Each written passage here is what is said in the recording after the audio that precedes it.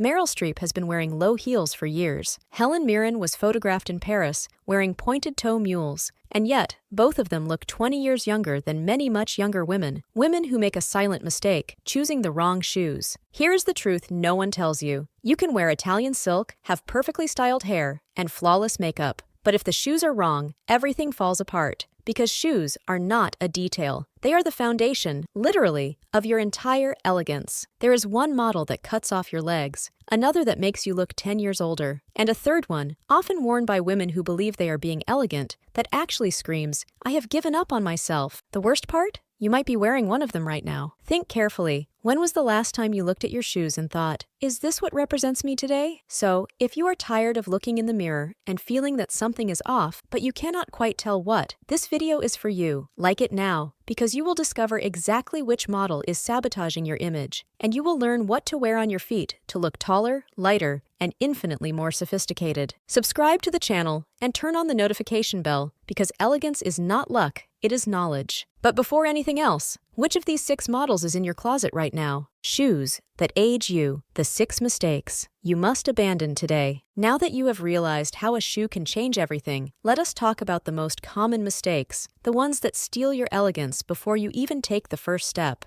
Remember that scene in The Crown when Queen Elizabeth II chooses every detail of her outfit because she knows she will be judged from her feet to her crown? Exactly. Shoes communicate, and sometimes they are communicating the exact opposite of what you want. Now imagine a real situation. You are walking into an elegant cafe in Rome, wearing your best pair of beige linen trousers, and the wrong shoes steal all the harmony. All the elegance you built disappears with a single glance downward. Let us start with the classic mistake, the very round-toe shoe. It seems harmless, almost maternal, but what it really does is turn your feet into 2 small balloons stuck to the ground. A heavy, flattened look with no line of lightness at all. The solution is simple, a slightly pointed toe. It does not need to be a stiletto, just pointed enough to elongate the foot and create continuity with the leg. But pay attention, if you think you're being discreet by pairing dark shoes with light skirts, prepare for disappointment. That contrast creates a brutal visual cut, as if someone had literally amputated your legs at the ankle. Elegance disappears. Height, too. You look shorter, more compact, more forgettable. The Duchess of Cambridge understands this perfectly. That is why you never see her in black shoes and a light skirt. She wears nude, beige,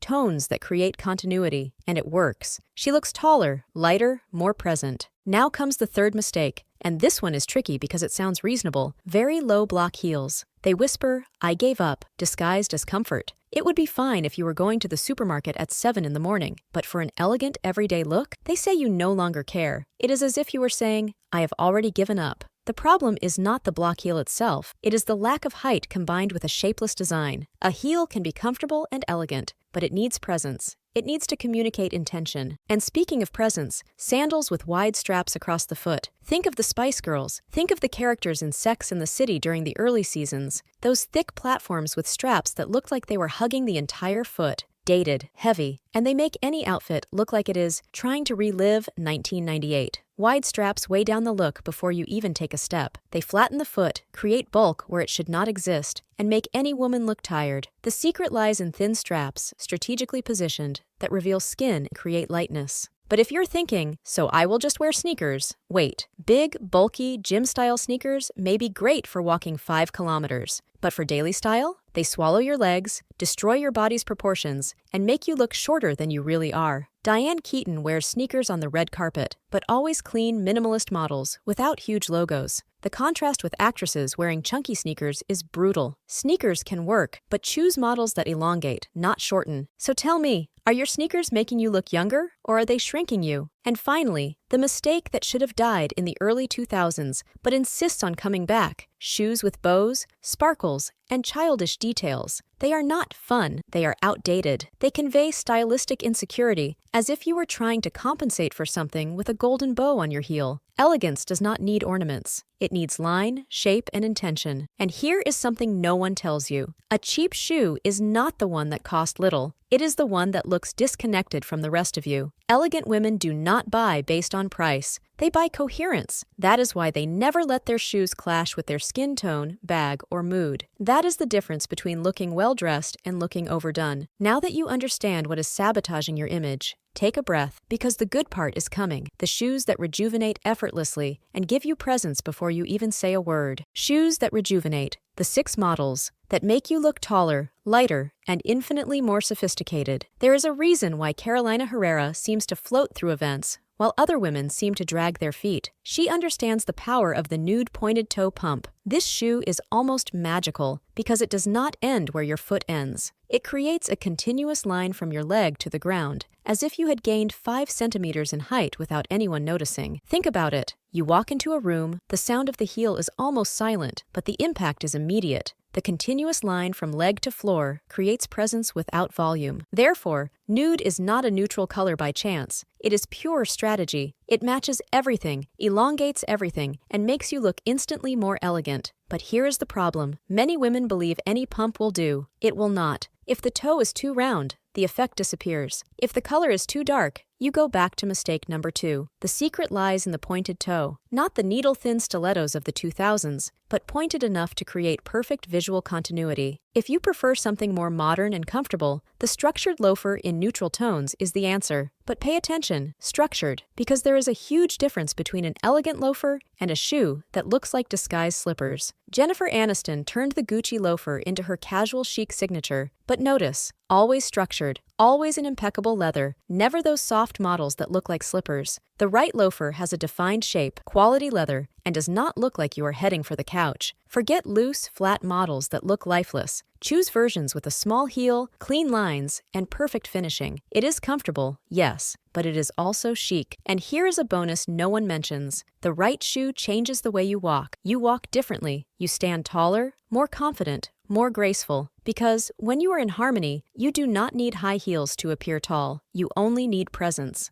If you want femininity without visual weight, choose ankle-strap sandals with thin straps. They reveal skin, create lightness, and have a delicate air without being fragile. The trick is in the straps, thin, strategically placed, that do not cut your leg, but decorate it subtly. Avoid wide straps that hug the entire foot like a bandage. But what about casual days? Because not every day is a pump or sandal day. The solution is the minimalist white or beige sneaker. Think of how Carolyn Bessette Kennedy wore sneakers in the 1990s. Clean, without giant logos, without flashy colors. The minimalist sneaker rejuvenates the casual look because it does not compete with the rest of the outfit. It simply complements it. Forget chunky sneakers, models full of details, oversized soles. Choose simple lines, neutral colors, and a discreet silhouette. If you want a French touch that never ages, the classic slingback is unbeatable. Brigitte Macron practically lives in Louis Vuitton slingbacks, and it is not a coincidence, it is strategy. At 70 years old, she knows this model elongates without sacrificing comfort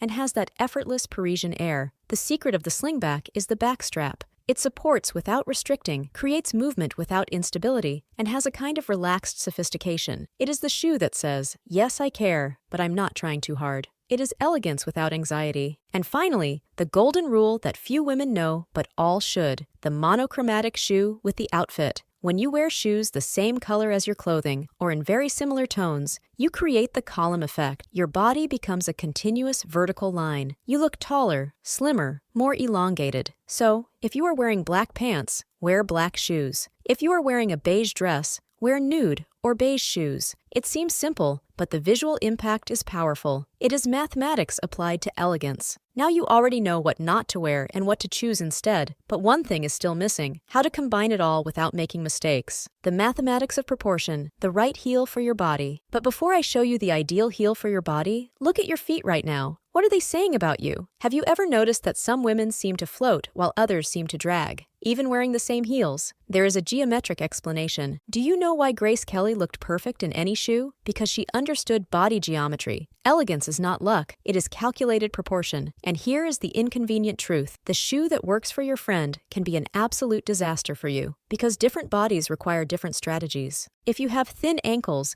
a heel between 2 and 3 centimeters is the perfect balance point. It gives support without heaviness, creating an elegant line without looking like you're trying too hard. Forget those sky-high heels that make your ankles look like they are about to break. But if your legs are shorter, the mathematics changes completely. Reese Witherspoon, at 1 meter and 56 centimeters tall, rarely wears heels under 7 centimeters at events. because she understands that short legs need strategic height. And notice, always thin heels, never block ones, because block heels create visual interruption. Thin and elongated heels create the illusion of verticality. It is physics applied to fashion. The more continuous the line, the taller you look. Victoria Beckham is 1 meter and 63 centimeters tall, but appears to be 1 meter and 75. How? Very high thin heels with monochromatic outfits. It is geometry in practice, an uninterrupted vertical line from ankle to floor without visual breaks. Those with long legs can wear medium heels or even discreet block heels, but here is the trick. Do not overdo horizontal lines. Very wide heels or platforms create visual weight where it should not exist. It is like placing a brick under a marble column. It simply does not make aesthetic sense. Sarah Jessica Parker learned that the hard way. At the end of Sex and the City, she began wearing thick platforms for comfort. The result? Visibly shorter legs, heavier look, wrong proportion, lost elegance, and more. The right shoe does not have to be the most expensive, but it must respect the proportions of the body you have now, not the one you had at 30. Because the secret of good taste is simple. Everything in harmony looks expensive. Everything disproportionate looks cheap, even if it cost a fortune. So before buying any shoe, ask yourself, does it respect my structure, or is it fighting against it? Because if your shoe is competing with your body instead of complementing it, you have already lost the battle of elegance. But now comes the question no one asks, and should. Where are you making mistakes right now without realizing it? You have seen the mistakes, learned the solutions, and understood that proportion is the new luxury. Now comes the most beautiful part, what this changes in you. So here is what really matters. After 60, elegance has nothing to do with how much you spent or how many pairs of shoes you own. It is about proportion, harmony, and respecting the body you inhabit now. The right shoe changes your posture, literally. It changes how you walk, how you present yourself, how the world sees you, and most importantly, it changes how you see yourself. When you find the right shoe, you will realize your body straightens, your chin lifts, and your gaze changes. Because elegance is not what is seen, it is what is felt when everything is in place. You learned today which 6 models are sabotaging your image: round toes, harsh color contrasts, shapeless low block heels, dated wide straps, bulky sneakers, and childish details. And you discovered what to wear instead: nude pumps, structured loafers, thin strap sandals, minimalist sneakers, classic slingbacks, and the monochromatic trick. More than that, you understood that the right heel depends on your structure, not on fashion. Now, if this video changed the way you look at your closet, leave a like, because that helps me keep bringing real, no-nonsense content. And subscribe to the channel, because in the next video, we will talk about colors that brighten the face after 60. And you will understand why some women seem to have their own light while others look dimmed. Comment below. Elegance is proportion, not age. If you agree, I want to see it. Because the right shoe does not make you younger. It reveals who you have always been.